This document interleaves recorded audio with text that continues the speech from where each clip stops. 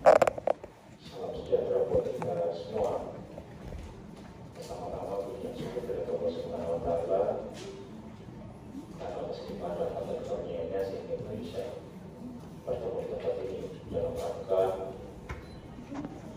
membicarakan aspirasi yang masuk di Departemen dari terkait dengan Rumah Sakit Permata Bunda.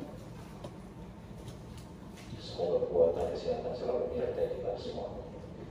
Salam dan taslim terbuka menjadikan kepada Nabi Allah Muhammad SAW karena atas perjuangan beliau sehingga kita bisa keluar dari alam kekeluhannya di alam yang terang seperti yang kita rasakan saat ini. Terkait dengan agenda kita hari ini, meja kami ada surat aduan dari masyarakat.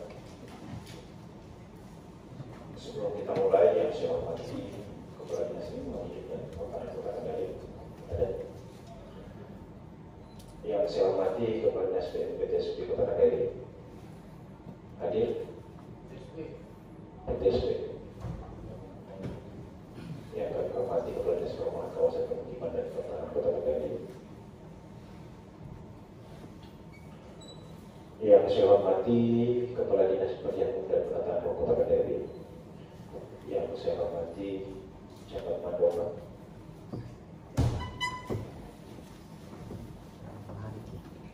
Yang saya hormati Lurah Kuala.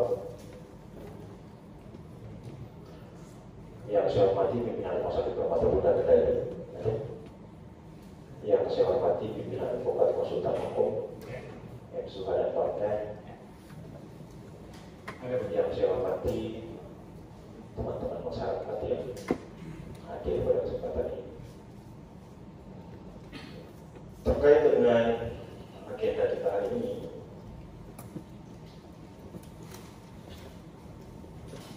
surat yang masuk dari masyarakat, permintaan beberapa dari teman-teman konsultan hukum yang sesuai dengan terkait dengan proses pembangunan. Untuk memperjelas apa yang menjadi aspirasi dan aduan ini pada Kota Kendari, untuk kita bisa dengar bersama, baik itu OPD terkait maupun teman-teman dari Komisi 2. Alangkah baiknya mungkin disampaikan kembali di kesempatan ini supaya kita bisa melihat pada posisi seperti apa permasalahan yang ada. DPRD Kota Kendari bersifat memfasilitasi, tapi bersifat juga memerintahkan jika memang ada sebuah permasalahan yang melanggar yang tidak sesuai dengan ketentuan yang ada di Kota Kendari. Ya. Bicara tentang teknis, saya pikir itu di OPD. Kalau bicara di DPR itu kita hanya pada tugas pengawasan, tugas bagian tim dan legislasi. Kita bukan eksekutor, eksekutornya itu ada di OPD, tapi kita bisa memerintahkan untuk menyelesaikan apa yang menjadi kesimpulan dari rapat dengar pendapat yang ada di Partai Kota Kendari. Saya pikir itu sedikit pengantar dari saya untuk kita mempersingkat waktu. Saya persilakan kepada teman-teman masyarakat atau advokat konsultan hukum yang mewakili untuk menyampaikan lebih jelas dan detail tentang permasalahan yang terjadi di jalur kiri Kota Kendari. Siapa saudara?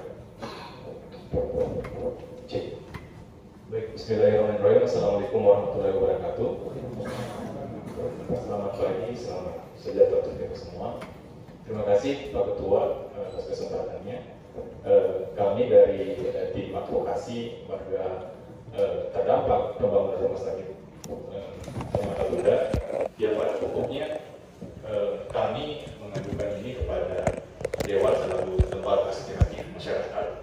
Itu berkaitan dengan dampak yang ditimbulkan dari pembangunan rumah sakit Permata Bunda. Ada beberapa hal yang menjadi penolakan bagi masyarakat. Yang pertama, itu Pak Ketua, di tanggal 29 Juli 2023 itu terjadi pemasangan tiang pancang yang tingginya kurang lebih 6 atau sampai 7 meter kurang lebih. Itu cara pengerjaannya itu dilakukan dengan cara ditumbuk. Jadi dia menggunakan alat berat yang tinggi, kemudian untuk memasukkan paku tanah itu, tiang pancang itu dilakukan dengan cara ditumbuk. Hasil investigasi kami, informasi dari masyarakat mengatakan bahwa itu kurang lebih ada 48 tiang pancang yang akan ditanam di dalam tanah pada 12 titik, yang mana satu titik itu mesti dimasukkan 2 tiang pancang. Saat tanggal 29 Juli itu, yang kami hormati Pak Ketua Komisi, itu menimbulkan dampak. Dampak yang pertama itu adanya getaran yang sangat keras ditimbulkan dari pukulan dari alat berat itu. Yang kedua, itu ada suara bising yang ditimbulkan dari pertemuan 2 besi itu dengan tiang pancang itu. Yang ketiga, itu berkaitan dengan debu yang dihasilkan dari pemasangan tiang pancang. Di saat itu, lokasi pemasangan tiang pancang itu sangat berdekatan lekat dengan tembok masyarakat di samping. Sehingga getaran yang ditimbulkan itu, Pak Ketua, itu menghasilkan keretakan pada beberapa rumah warga. Setelah kami identifikasi, setidaknya ada 4 rumah warga yang retakannya cukup parah, dan kami sudah lampirkan, nanti sebentar mungkin kalau bisa ditayangkan, supaya juga ada pihak pemerakarsa di sini, ada Pak Kepala Dinas dan sebagainya. Itu sudah ini, Pak. Ini adalah dampak dari perlakuan dari mekanisme tumbukan itu, Pak. Hampir di seluruh sudut rumah, mau di ruang tamu, tempat tidur, plafon, kemudian kamar mandi, hampir semua itu sudah retak, Pak. Itu baru 2 tiang pancang yang dipasang, Pak. Belum lagi 48 tiang pancang yang akan dipasang. Nah, inilah yang menjadi aduan kami sebenarnya, Pak. Di sisi lain, Pak, yang saya hormati Pak Ketua dan anggota DPR yang kami muliakan, kebisingan yang ditimbulkan selain keretakan itu kebisingan, itu berdampak pada gangguan kenyamanan masyarakat di setempat di samping tembok itu, Pak. Karena kebisingan yang ditimbulkan itu masyarakat tidak nyaman untuk beristirahat, apalagi tepat di samping pemasangan tiang pancang itu terdapat orang tua yang sudah sepuh dan sakit-sakitan, Pak. Tidak bisa beristirahat. Di samping rumahnya lagi, Pak, yang mengalami keretakan, itu terdapat anak kecil yang baru saja baru lahir, sehingga memang ditakutkan akan adanya pengerjaan ini justru menimbulkan dampak yang sangat tidak diinginkan dari masyarakat. Itu, Pak, kira-kira dampak. Setelah kami menerima arahan dari warga, kami coba melakukan pengaduan ke Dinas Lingkungan Hidup. Di sana kami menemukan dokumen-dokumen yang sudah ada berupa UKLUPL. Tetapi setelah kami lakukan telaah, itu dalam dokumen UKLUPL yang kami terima itu memang tidak melibatkan partisipasi masyarakat. Ada masyarakat yang dipanggil, tetapi hanya perwakilan adalah Camat Mandonga. Nah, nanti mungkin bisa dijelaskan dan kita akan berdiskusi panjang lebar soal ini. Kemudian itu di hari yang sama, di tanggal 1 Agustus itu, Pak, kita sudah melakukan mediasi, Pak. Itu ditenggarai oleh Lurah Porumba dan Camat Mandonga. Itu sudah ada mungkin di belakang, Pak, yang terhormat. Sudah ada berita acara mediasinya. Ada 2 kesepakatan, Pak, yang dilahirkan. Yang pertama, masyarakat yang terdampak langsung dari aktivitas pembangunan Rumah Sakit Permata Bunda itu menolak dengan tegas pembangunan ini, karena dampak yang ditimbulkan tadi ada gempa yang sangat keras, keretakan, kebisingan, sampai masyarakat takut, Pak. Apalagi, Pak, mohon maaf, Pak, baru-baru gempa saja yang baru-baru ini, Pak, masyarakat sudah tidak bisa tidur, Pak, karena keretakan yang sudah dimunculkan itu sangat takut masyarakat. Dengan sampai tiba-tiba gempa susulan lagi, tiba-tiba plafonnya runtuh.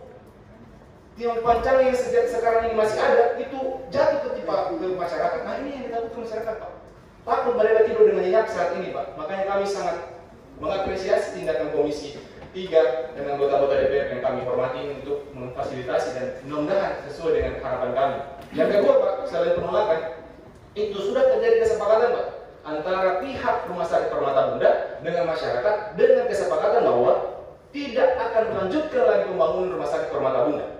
Itu yang sudah terjadi kesepakatan. Kesepakatan ini diketahui oleh, ditandatangani oleh Lurah Korumba dan Camat Mandungan.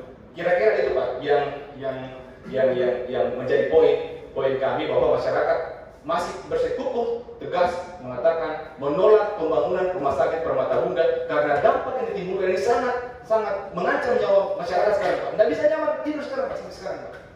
Kira-kira itu Pak. Makanya kami akan mempertanyakan soal izinnya, soal apa semua, kenapa bisa ini dilahirkan. Tidak ada satu mekanisme pun pembahasan dalam izin ini berkaitan dengan pemasangan tiang panjang. Apalagi dokumen-dokumen PLPL ini, bahkan kami anggap ini agak dikelapui karena ada izin tetangga. Dapatnya ini masyarakat menjadi dampak di sini, ada perizinan soal izin tetangga yang berkaitan dengan rumah sakit pembangunan ini. Tapi mungkin sebentar kita lanjutkan. Kira-kira poin itu Pak Ketua yang kami ingin sampaikan. Terima kasih. Assalamualaikum warahmatullahi wabarakatuh. Masyarakat ada yang ingin menambahkan? Kebetulan saja pada masyarakat ini. Ada? Silakan.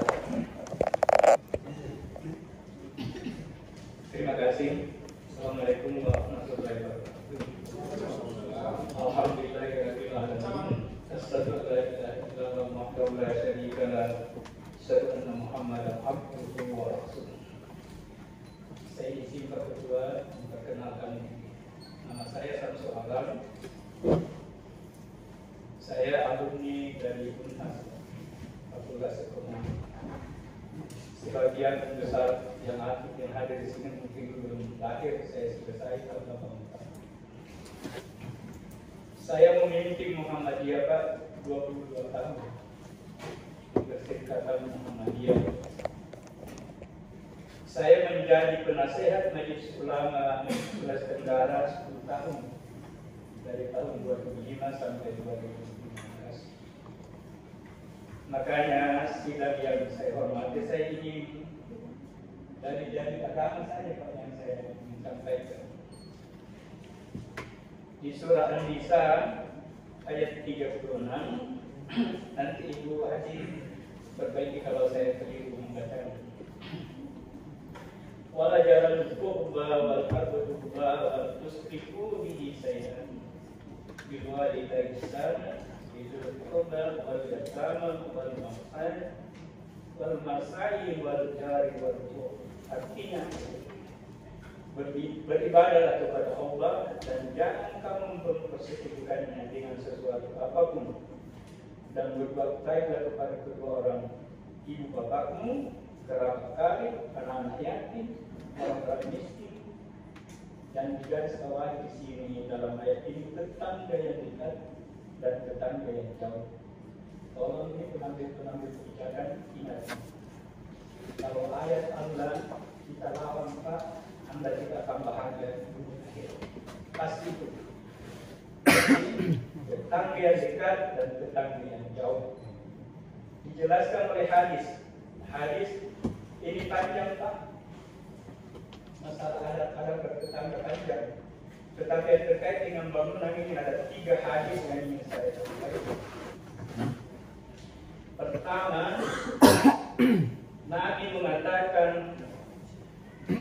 jangan kau menghalangi tetanggamu dari mendapatkan sinar matahari. Jelas Pak? Jangan kau menghalangi tetanggamu dari mendapatkan sinar matahari. Jangan merusak, merobohkan dinding atau rumah tetanggamu. Diriwayatkan oleh Imam Bukhari, nomor hadisnya 1609, Imam Muslim nomor hadisnya 2463, dan Ibnu Majah 2340. Para perawi hadis mengatakan seperti itu dari Nabi sallallahu alaihi wasallam. Jangan sampai ada tetanggamu tidak menikmati dari matahari. Ini 8 lantai Pak. Yang kedua, barang siapa yang beriman kepada Allah dan hari akhirat, coba bayangkan. Ini yang muslim ini, ya. Barang siapa yang beriman kepada hari akhirat, kepada Allah dan hari akhirat, maka janganlah dia mengganggu tetangganya. Mengganggu tetangganya sini dalam arti hibah, dan sebagainya, lingkungan hidup ya yang sekitar di rumah sakit itu. Dr. Fat pernah datang di rumah saya, ingin berbicara dari hati ke hati. Dia bilang limbahnya itu akan ditanam di tanah, kemudian disalurkan ke Kalimandongan. Begitu Pak, kan begitu ya? Artinya diolah dulu. Ya, kemudian sebentar nanti jauh. Dialirkan ke Kalimandongan. Tolong yang dari itu datang ke dia di sana. Justru air dari Kalimandongan lagi itu kalau datang hujan keras masuk ke rumah-rumahnya penduduk. Coba bayangkan kalau limbah rumah sakit itu dialirkan ke sana, kembali ke kami ini, yang akan berdampak pada ya, radiasi dan macam-macam lah, saya tidak paham itu.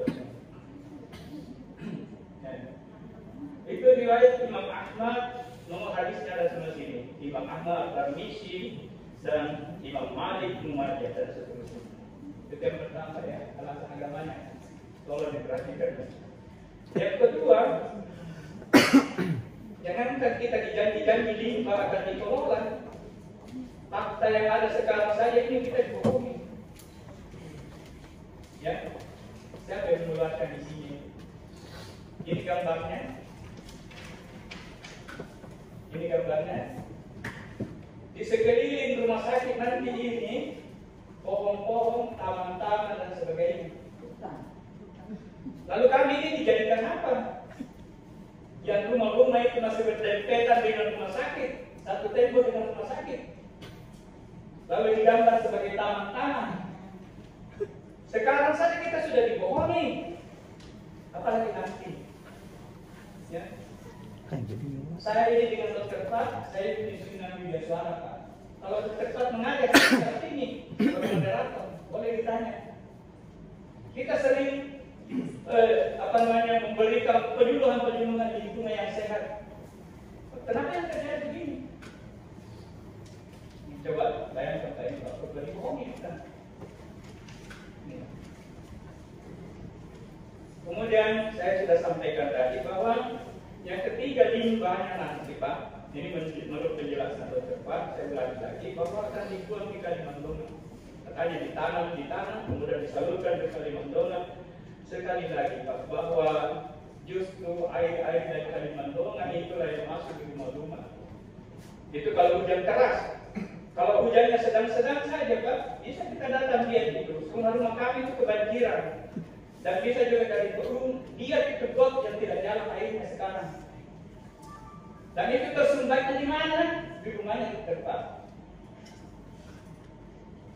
Di mana tersumbat itu air keluar? Boleh lihat. Di rumahnya ada tempat. Kesana itu buntu. Sehingga air itu tidak jalan. Lalu limbahnya itu mau dibawa kemana? Mau dibawa kemana itu limbahnya? Antara tembok rumah sakit dan 8 lantai tidak ada jarak sedikit pun dengan semua warga. Tidak ada. Bayangkan. Jadi saya ini karena tetap datang di rumah saya, kita bicara dari hati ke hati, mohon Dewan juga kita bicara dan teman-teman ya yang mengambil kebijakan ini sendiri keluar di sini, tolong Pak, lihat faktanya di lapangan, jangan di belakang meja saja. Demikian barangkali tambahan dari saya. Assalamualaikum warahmatullahi wabarakatuh. Dulu sebentar kita apa yang menjadi objek dari pertanyaan dari masyarakat tadi termasuk masyarakat nanti akan kita lihat terlebih. Tapi sebelumnya karena melengkapi secara keseluruhan apa yang terjadi di sana. Kebetulan sudah ada masyarakat abang saya teman kebetulan dia coba teman-teman ya. Melengkapi kondisi kejadian yang ada di sana. Dia sebagai orang berita wilayah bawah datang itu sebelum salah satu ya. Saya persilakan Bapak.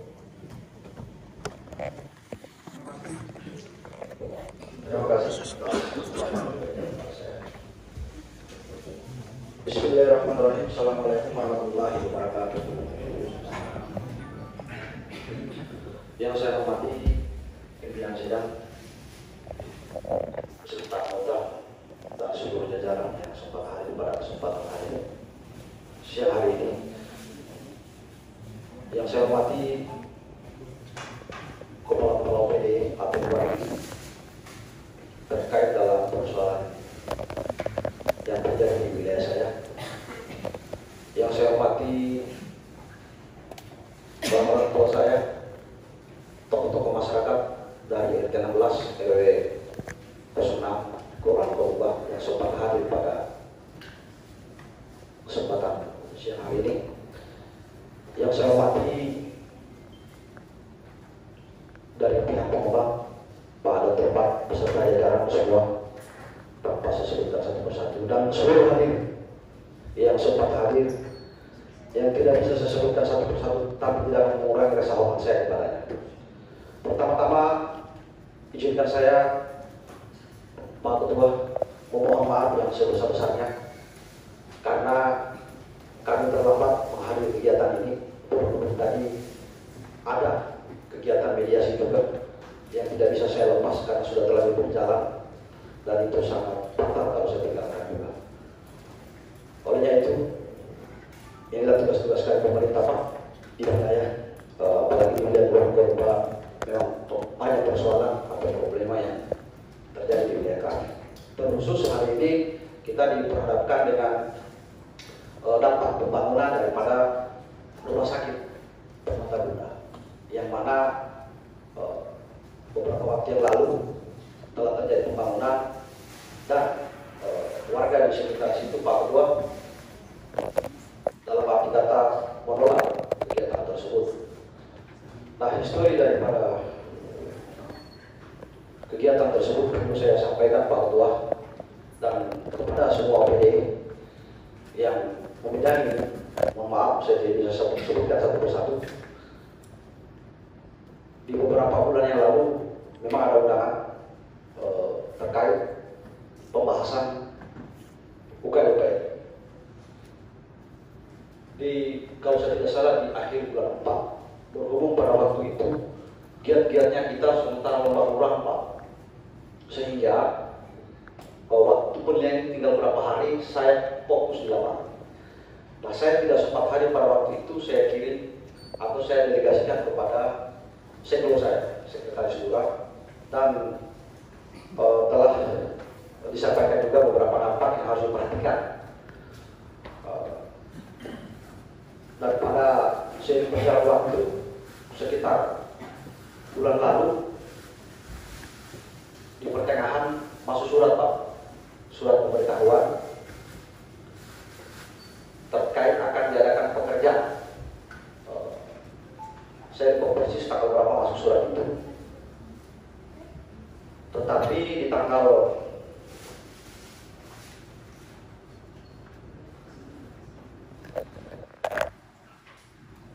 izin Pak, saya punya tanggal Pak. Di tanggal 29, tepatnya hari Sabtu ya. Pada saat itu saya ditelepon warga sementara saya di tempat pesta. Saya datang terkait ternyata pembangunan rumah sakit Permata Bunda sudah sementara berjalan. Yang panjang itu saya tidak tahu artinya, tapi dia sudah ada dan sementara berjalan pada waktu itu. Tapi saya datang sudah terhenti karena masyarakat sudah datang di tempat itu. Nah, saya sebagai pemerintah pada waktu itu saya menyampaikan begini, kita hentikan dulu sementara beberapa hari ke depan ya, sambil kita mediasi, bukan sosialisasi. Kita mediasi terkait bagaimana ini, karena kami juga ini tidak tahu dari pihak pengembang. Mohon maaf, belum pernah datang secara langsung ke benak kami. Kalau memang itu pernah kapan, sampaikan di sini tidak mau. Apakah pernah ketemu saya juga atau bagaimana? Pada intinya di hari Sabtu itu adalah pertemuan pertama saya dengan Pak Cangles, ya. Dan di hari Selasanya setelah ada surat, kita mediasi, alhamdulillah tetap jatuh di tanggal 1 Agustus. Nah, 1 Agustus ini alhamdulillah saya bersama dengan Pak Camat sebagai pimpinan saya dan pimpinan wilayah bersama dengan para masyarakat, ketua RT, ketua RW, serta ada dari perwakilan pengajar dari masyarakat itu sendiri, khususnya di masyarakat yang terdapat di sekitar pembangunan rumah sakit Permata Bunda. Nah, izin Pak Dewan menyampaikan ada beberapa yang perlu diperhatikan bahwa di dalam mediasi itu hasil yang disepakati adalah satu, warga dan disaksikan oleh pada tempat pada waktu itu, dan dokumentasi ini ada Pak di dalam rapat itu saya sudah print tadi. Di beberapa waktu yang lalu juga, sekitar beberapa hari kemarin juga saya sudah berkomunikasi dengan pihak perizinan dalam hal itu bagian pengawasan. Pak Wismoyo kemarin kita sampaikan, memang beberapa hari yang lalu pernah mereka telepon saya, bagaimana Pak Lurah terkait laporan warga.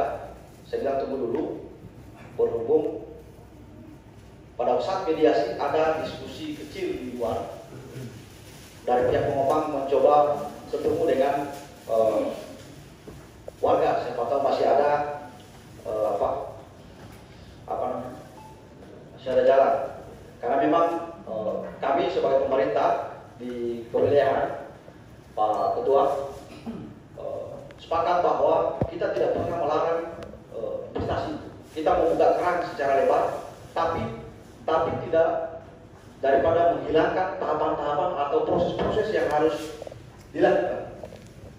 Tentu di sana kita harus menghargai masyarakat, apalagi mereka yang mempunyai rumah di sini. Dan rumah-rumah itu saya pikir sedangkan rumah baru saja masih tantangannya. Bisa jadi diadakan, apalagi kalau saya bicara rumah sudah lama lah, kurang lebih mungkin 5 tahun ke atas ya.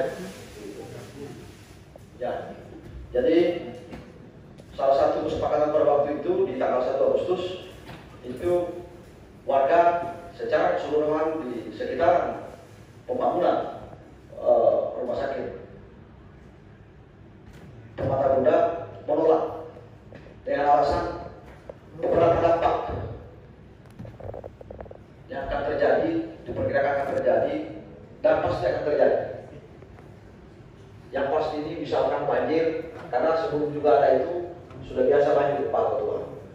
Di beberapa reses Pak anggota dewan yang terhormat Pak Sanudin sudah menyampaikan juga, kami sudah menyampaikan sebagai pemerintah di sana bahwa di wilayah kami itu banjirnya luar biasa. Memang saya tidak habis pikir juga, kalau itu tidak dibicarakan baik-baik, tidak direncanakan baik-baik, tentu sangat fatal. Karena saya pikir limbah-limbah rumah sakit itu bisa jadi masuk rumah-rumah warga setelah banjir. Tapi secara teknis, mohon maaf saya tidak mau bicara terlalu dalam secara teknis karena itu bukan ranah saya. Tapi itu secara penilaian dari saya ya, sebagai pemerintah di sana, tentu menjaga hal-hal yang tidak akan terjadi jangan sampai terjadi. Dari masyarakat juga dari tanggal 1 itu Pak, memang sudah ada pengajaran dari masyarakat Pak. Kami juga sudah memeriksa secara gamblang atau secara pemberkasan bahwa pihak warga kami di sana ada mereka bersama-sama dengan pengacara, gitu. Ada kuasa hukum. Ya.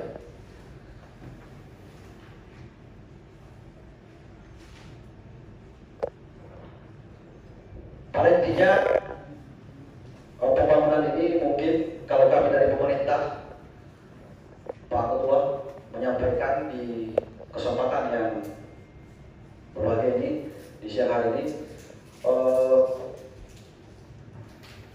kami tidak pernah menutup atau melarang kegiatan itu sepanjang masyarakat meridoi itu dan melalui proses-proses yang halal, proses-proses yang seharusnya dilakukan, tahapan-tahapan yang harus dilakukan. Sehingga apa? Kami juga takut jangan sampai ada dampak di sana, misalkan rumah roboh atau apa, itu kembalinya kepada kami, kepada pemerintah. Tapi yang akan disibukkan dengan data seperti itu. Mungkin secara dalam Pak Ketua saya titipkan melalui RDP ini, kami dari pemerintah meminta untuk dikaji ulang pembangunan ini. Kalau secara teknis, mohon maaf saya tidak bicara teknis karena itu bukan bidang saya, tetapi artinya karena dari awal sudah tidak ada sosialisasi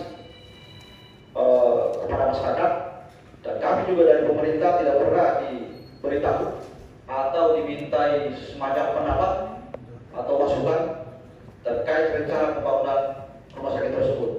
Tetapi secara investasi kita tidak melarang. Lagi-lagi saya ulang, kita tidak melarang. Kita membuka keran di Korumba itu banyak investasi yang masuk di Kelurahan Korumba, khususnya karena di posisi jantung kota. Kita tidak melarang, kita membuka secara lebar, tetapi itu melalui proses-proses yang sangat. Mungkin sementara itu Pak yang dapat kami sampaikan. Lebih dan kurangnya mohon dimaafkan. Billahi taufiq wal hidayah. Wassalamualaikum warahmatullahi wabarakatuh.